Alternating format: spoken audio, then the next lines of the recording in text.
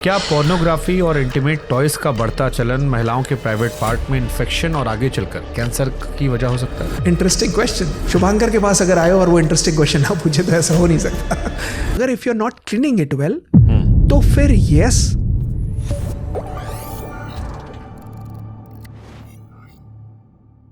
क्या पोर्नोग्राफी और intimate toys का बढ़ता चलन महिलाओं के प्राइवेट पार्ट में इन्फेक्शन और आगे चलकर कैंसर की वजह हो सकता है? Interesting question. शुभांकर के पास अगर आए और वो इंटरेस्टिंग क्वेश्चन ना पूछे तो ऐसा हो नहीं सकता। अगर ये आजकल काफी लोग एक्सप्लोर कर रहे हैं, मतलब अच्छा, तो it's gonna be important question जो लोग कर रहे हैं कम से कम, क्योंकि आज पूरा पॉडकास्ट ही महिलाओं के हमने अगर उसको आप अच्छे से सैनिटाइज नहीं कर रहे हो, अगर if you are not cleaning it well तो फिर यस आपको इन्फेक्शन का खतरा, जैसे मैंने स्पॉन्ज का बताया, तो सेम चीज़ तो आप इंटीमेट टॉयज का भी होता है ना। If you are not cleaning it well, अगर आपने उसको अच्छे से वॉश नहीं किया, अगर आपने उसको अच्छे से सैनिटाइज या क्लीन नहीं किया, तो ऑब्वियसली आप वो जर्म्स या वो बैक्टीरिया बार बार ले रहे हो। तो ये बहुत ही सेंसिटिव, वेजाइना की जो लेयर होती है वो बहुत ही सेंसिटिव होती है, वो बहुत ही neat and clean and pure होती है। तो जब आप उसमें आर्टिफिशियल बैक्टीरिया बाहर का ला रहे हो, इन्फेक्शन का रिस्क कहीं ज़्यादा बढ़ जाता है। सो वो इन्फेक्शन हमेशा, हर जो इन्फेक्शन होता है वो रेट्रोग्रेड होता है, मतलब ऊपर की तरफ एसेंड होता है। तो जब वो इन्फेक्शन हुआ तो कहीं ना कहीं ओवरीज में या फिर वल्वा में या फिर वेजाइना में इन्फेक्शन कहीं ज़्यादा बढ़ जाता है। और वो जब इन्फेक्शन बढ़ा, जो अनट्रीटेड रहा। क्या लोनलीनेस और ब्रोकन हार्ट शरीर में ऐसे टॉक्सिन्स पैदा करते हैं जो कैंसर सेल्स को जन्म देते हैं, और क्या दुख कैंसर की वजह है? Yes, unhealed trauma.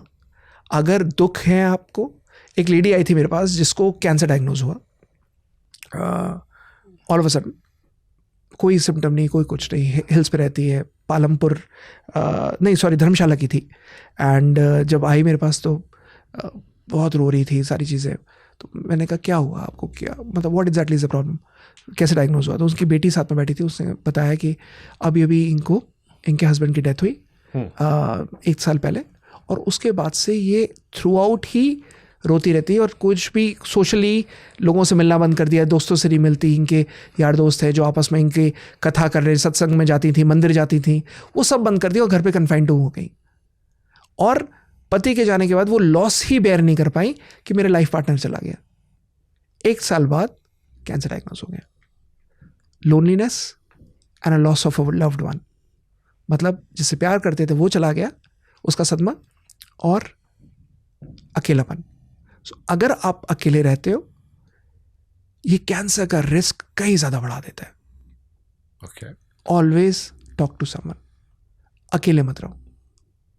दूसरा, अगर हो सके तो जो भी इमोशनल ट्रॉमा है, वो कहते हैं ना कि अरे यार भूल जा आगे बढ़, take it out, it's okay, process. एक कहावत है, प्रोसेस द पेन। लाइफ में किसी की भी अगर डेथ हो गई है जो आपके बहुत अजीज था, जो बहुत प्यारा था, कोई भूलने की जरूरत नहीं है। याद रखो, धीरे धीरे करके प्रोसेस करो, रिलीज आउट करो, अंदर इमोशंस को मत रखो। शरीर का हर सेल की मेमोरी होती है, every cell has a memory. आप भूल जाते हो, सेल्स याद रखते हैं, और जो सेल मेमोरी याद रखती है वो किसी ना किसी बहाने से बाहर निकलती है। कैंसर उसका सबसे बड़ा कारण है। अनहील्ड, अगर आपने इस सेल की मेमोरी को हील नहीं किया, मतलब वो इमोशन को वेंट आउट नहीं किया, बक दो, बोल दो, दोस्तों से शेयर कर दो, डेली रोना 1 महीने तक रो लो, कोई दबाने की जरूरत नहीं। मत रो, जो बोलते हैं ना परिवार में, मत रो, चुप हो जा, भूल जा उसे, आगे बढ़। नहीं, 1 महीने, 2 महीने, 4 महीने, जितना लगे do it, but then cell की मेमोरी को भुला दो, शरीर को याद मत रहने दो, खुद भी वेंट आउट कर दो। It should be as a positive and a good memory. हाँ, मैंने के साथ ये दिन अच्छे स्पेंड किए, बजाय इसके कि आप इस ट्रॉमा में रहो, हाय मुझे छोड़ के चले गए। That's important. महिलाओं में जो नेल एक्सटेंशन आता है, नेल पॉलिश होती है, लिपस्टिक का रोजाना इस्तेमाल होता है जिसमें लीड होता है, क्या वो ब्लड कैंसर या स्किन कैंसर कारण बन सकता है? यस, हमने पुराने पॉडकास्ट पे बात करी थी। आप मुझे कोई भी लिपस्टिक उठा लो, कोई भी नेल पॉलिश उठा लो, उसके प्रोडक्ट्स देख लो, आज तक सबसे ज़्यादा unregulated industry nail polish, nail paint and lipstick की है। और किसी भी लिपस्टिक में, किसी भी नेल पेंट में, किसी भी नेल पॉलिश में नहीं लिखा होता उस पर इंग्रेडिएंट्स क्या है, और उसमें जो लेड होता है, उसमें जो केमिकल्स होते हैं, उसी के थ्रू आपने नेल पेंट लगाया और उसी के थ्रू आपने खाया, आपने अच्छी सी पानी पूड़ी ली, पानी पूड़ी खाई, धीरे धीरे करके वो नेल पेंट आप इंजेस्ट कर रहे हो। These all chemicals are going inside your body. फिर यही आगे चल के फ्यूचर में ब्रेस्ट मिल्क में भी आएगा, यही आगे चल के आप अंदर भी एब्जॉर्ब करोगे। इन सब में माइक्रोप्लास्टिक्स भी होते हैं।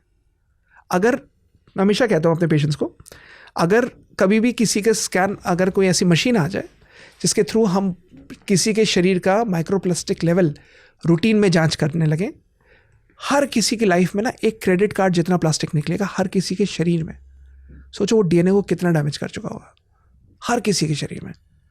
जो प्लास्टिक की बोतल में आप पानी पी रहे हो, जो प्लास्टिक आप यूज़ कर रहे हो, जो गर्म चाय पी रहे हो, एवरीथिंग, जितनी प्लास्टिक आप इंजेस्ट कर रहे हो रूटीन में, हर साल एक क्रेडिट कार्ड जितनी प्लास्टिक आप अपने शरीर से बाहर निकालोगे। इतना प्लास्टिक हमारे अंदर है, माइक्रोप्लास्टिक। इवन जो टूथब्रश भी यूज़ कर रहे हो ना, माइक्रोब्रिसल्स, वो छोटे छोटे माइक्रोब्रिसल्स, वो डेली ब्रश करते हुए माइक्रोब्रिसल्स भी अंदर प्लास्टिक से एब्जॉर्ब हो रहे हैं। Nobody is noticing it, nobody is noticing it.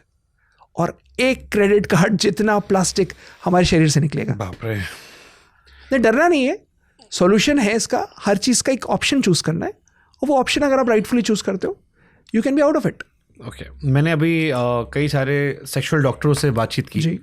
तो एक नया टर्म उन्होंने बताया था कि वेजाइनल टाइटनिंग की उनकी क्रीम्स आती हैं, जेल बहुत वायरल होते हैं, जो अगेन ये क्विक फिक्स तरीके हैं।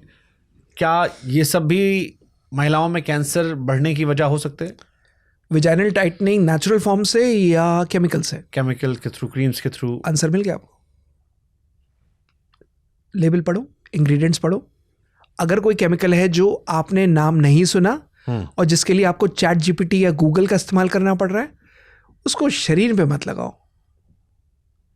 इफ एनीथिंग, जो भी सिंपल चीज, कुछ भी लो, अगर आपने उस केमिकल का नाम नहीं सुना और वो केमिकल आप रूटीन में अपने शरीर पे नहीं इस्तेमाल करोगे, तो फिर क्यों यूज करना? क्यों बीमार पड़ना चाहते हो? टेम्पररी खुशी के लिए लॉन्ग टर्म डैमेज मत लाओ। हेल्दी रहना is the biggest blessing in life. स्वस्थ रहो, अच्छे रहो, मस्त रहो, सबसे बड़ी ब्लेसिंग है, सबसे बड़ी दुआ है, सबसे बड़ी बरकत है आपकी लाइफ में। और यही प्रे होनी चाहिए, यही प्रेयर होनी चाहिए। अगर ये सारे केमिकल्स यूज़ करके आपको वो छोटी सी खुशी मिलती है जो वन टाइम है, तो वन टाइम कर लो, 2 बार है कर लो। नेल पेंट लगाना है, लगा लो 6 महीने में एक बार, रेगुलर नहीं। क्योंकि वन टाइम लगाओगे ना, बॉडी उसको इजेक्ट आउट कर देगी, बाहर निकाल देगी। बार बार लगाते रहोगे ना, तो बॉडी का इम्यून सिस्टम बोल जाएगा यार ये तो नेचुरल है, इसको मतलब इसका दिमाग पलट गया, इसको बीमारी पड़ना है, सिंपल। तो बॉडी भी तो रिवेंज लेंगी ना। म्यूजिक से कैंसर हीलिंग होती है, थेरेपी? Yes yes. इनफैक्ट हम लोग ऋषभ का शो कर रहे हैं, ऋषभ रेखी राम शर्मा का, सितार फॉर मेंटल हीलिंग।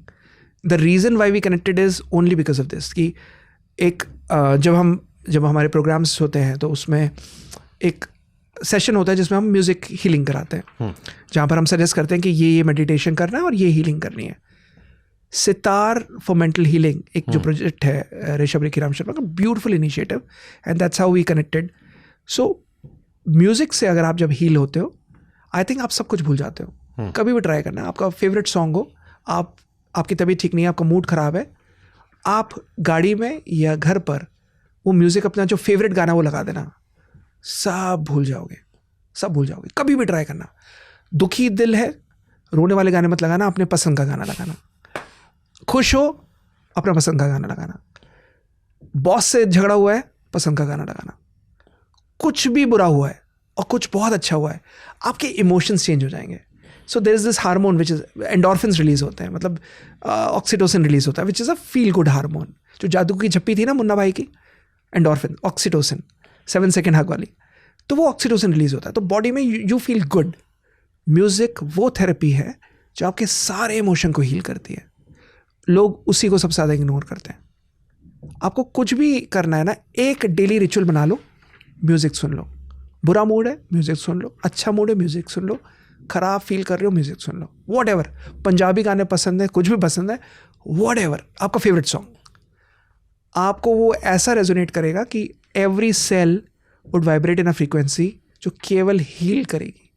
कितना भी केमिकल खा लिया, क्रेडिट कार्ड जितना प्लास्टिक भी अंदर ले लिया, but every cell of the body would केवल हीलिंग पे जाएगी अपने आप ही। क्या जादू है म्यूजिक में नहीं पता मुझे, क्या स्टडी हुई है नहीं पता मुझे, but I have seen it live. Okay, second last question, क्या कोई ऐसी एंटी कैंसर डाइट है जो महिलाओं को अपनी रोज़ाना ज़िंदगी में शामिल करनी चाहिए जिससे कैंसर खतरा कम हो जाए?